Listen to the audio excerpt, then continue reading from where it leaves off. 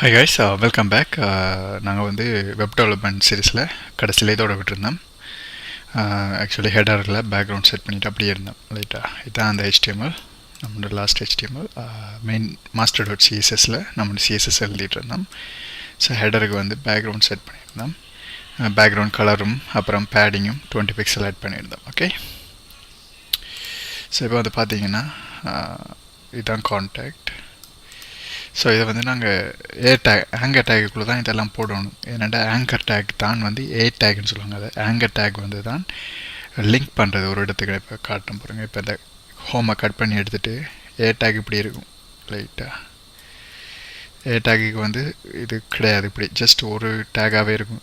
இப்படி closing take கிடையாது, just single டேக்காக அப்படியே இருக்கும். ஓகே, ஸோ இது க்ளோசிங் டேக் கிடையாது. இதில் வந்து ஒரே ஒரு மெயின் ஆட்ரிபியூட்டாக ஒன்றே ஒன்று இருக்குது. அது வந்து ஹெச்ரெஃப்ன்ற ஒரு ஆட்ரிபியூட். இப்படி டேக்குக்குள்ளே வாரது எல்லாத்தையும் ஆட்ரிபியூட்னு சொல்லுவாங்க. இந்த மாதிரி ஸோ ஆட்ரிபியூட் அப்புறம் ஈக்குவல் போட்டு அதோட வேல்யூ வரும். ஓகே, இந்த ஹெச்ரெஃப்குள்ளே நீங்கள் லிங்க் பண்ணணும். இந்த டேக்கு க்ளோசிங் டேக் இருக்குது, மன்னிச்சிடுங்க, சாரி. ஸோ இந்த டேக்குக்குள்ளே வந்து எங்கே அந்த லிங்கை கிளிக் பண்ணால் எங்கே போகணுன்றதை ஸ்பெசிஃபை பண்ணணும் நீங்கள். நான் இப்போதைக்கு சும்மா ஹேஸை மட்டும் ஆட் பண்ணி விட்றேன். ஓகே, இப்போ இதுமாரி சும்மா கிளிக் பண்ணால் எங்கேயே போகாத, அங்கேயே இரு, நான் பின்னாடி ஆட் பண்ணிக்கிறேன்ற மாதிரி. ஸோ இதுக்கு க்ளோசிங் டேக் இருக்குது. இதுக்கு நடுவில் தான் நீங்கள் என்ன டெக்ஸ்ட்டோ அதை போடணும். ரைட்டா, இப்போ ரீஃப்ரெஷ் பண்ணிங்கன்னா அது வந்து ஒரு ஆங்கர் டேக்காக இருக்கும். அது கிளிக் பண்ணிங்கன்னா இந்த ஹேஷ் ஆட் ஆகும். ஸோ அங்கேயும் ரீடைரக்டோ ரீஃப்ரெஷோ ஆகாது அந்த ஹேஷ் ஆட் பண்ணால். ஹேஷை தவிர வேறு எந்த சிம்பிள் நீங்கள் ஆட் பண்ணாலும் அது வந்து ரீஃப்ரெஷ் ஆகும். ஸோ அதனால தான் அந்த ஹேஷ் ஆட் பண்ணுறது. ஹேஷ் வந்து ஒன்றுமே நடக்காது, அப்படியே இருக்கும். ஓகே, ஸோ அது மாதிரி எல்லாத்துக்குமே நான் செய்ய போகிறேன். ஸோ ஹெச்ரெஃப் ஹேஷ், அதுக்கு நடுவில் இந்த text control text href hash, நடுவில் இந்த டெக்ஸ்ட். ஓகே, ஸோ இப்படி போட்டேன்டா. ஸோ எல்லாமே ஆங்கர் டேக் ஆகிடுச்சு. இப்போ நாங்கள் அதை ஸ்டைல் பண்ணுவோம். ஓகே, ஸோ நான் இங்கே வந்து ஹெடர்னு போட்டேன். ஸோ ஹெடரில் வந்து nav, இந்த யூஎலுக்கு வந்து டிஃபால்ட்டாகவே பேடிங் இருக்குது. அந்த பேடிங்கை ரிமூவ் பண்ணணும். ஸோ பார்த்தீங்கன்னா தெரியும், இந்த யூஎல் டேக்குக்கு மார்ஜின் இருக்குது, பேடிங்கும் இருக்குது. ஸோ இது பேடிங், இது margin 16 pixel margin top and பாட்டமும்.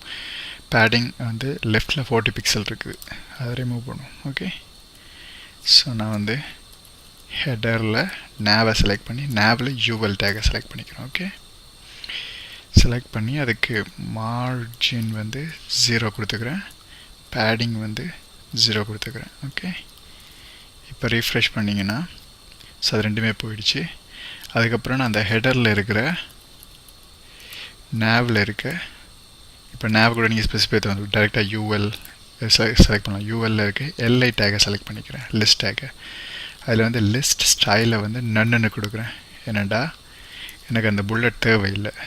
So அதை வந்து லிஸ்ட் ஸ்டைல்னு சொல்லுவாங்க. ஸோ அதை நன்னு கொடுத்தீங்கன்னா அந்த புல்லட் போயிடும். அதுக்கப்புறம் வந்து இதை வந்து டிஸ்பிளே, இது வந்து டிஸ்பிளே பிளாக் லெவலாக இருக்கும். அதை நான் டிஸ்பிளே இன்லைன் பிளாக்னு மாற்றி விட்றேன். ஓகே, இன்லைன் பிளாக்னு மாற்றினா இது ஒன்றுக்கு பக்கத்தில் ஒன்றா வரும். ஸோ இப்படி.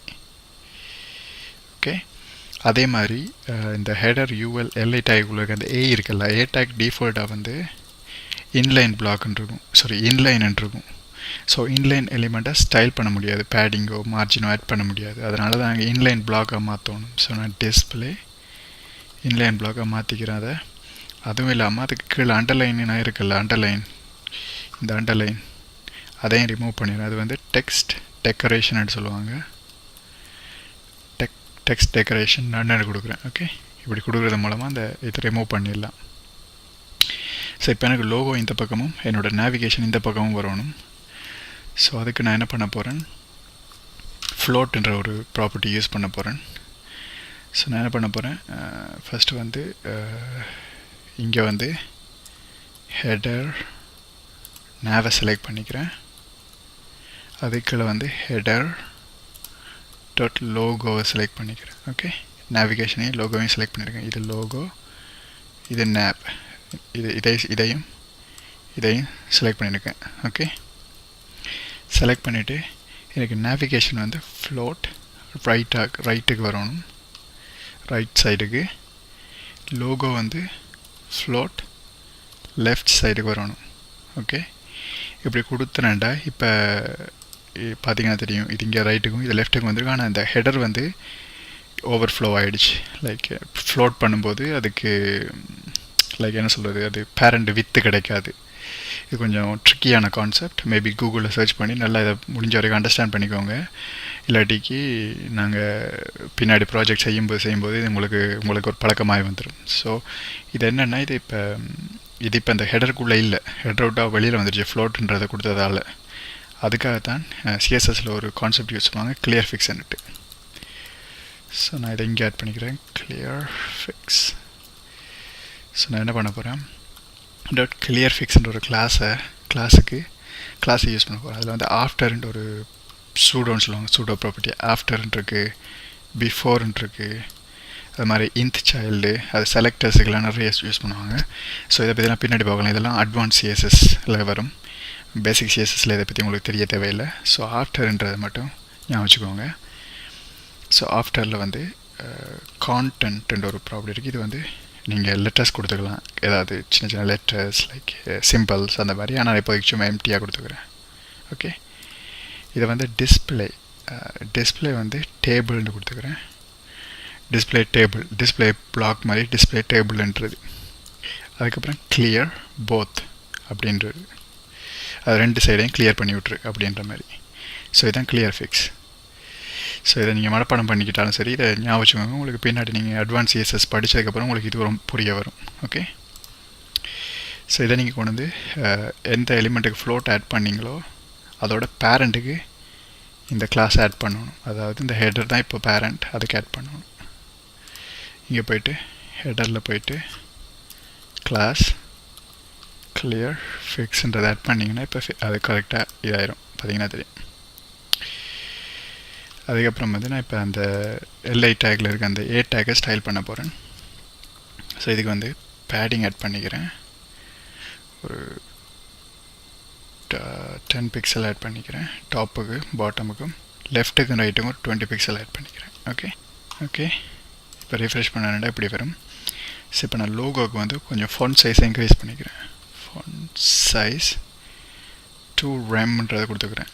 ரெம்ன்றது ஒரு பிக்சல் மாதிரி, ஆனால் ஃபிக்ஸ்டு கிடையாது. அது ரீசைஸ் பண்ணுறதுக்கு ஏற்ற மாதிரி அதுவாகவே ஸ்கேல் பண்ணிக்கும். ஒரு இல்லாடி 1.8. ஓகே, கரெக்டாக இருக்குது. இப்போ நான் அந்த லோகோவுக்கு வந்து ஒரு சும்மா என்னோடய பேர் கொடுக்க போகிறேன், குமார். ஓகே, அதுக்கப்புறம் அந்த இதில் வந்து இந்த ஜீவகுமார்ன்ற வந்து ஓகே இருக்கட்டும், அப்படியே இருக்கட்டும். ஓகே, ஜீவகுமார் என்னோட நேம் அப்படியே இருக்கட்டும். ஸோ ஜீவகுமார், இங்கால நேவிகேஷன். Okay, simple.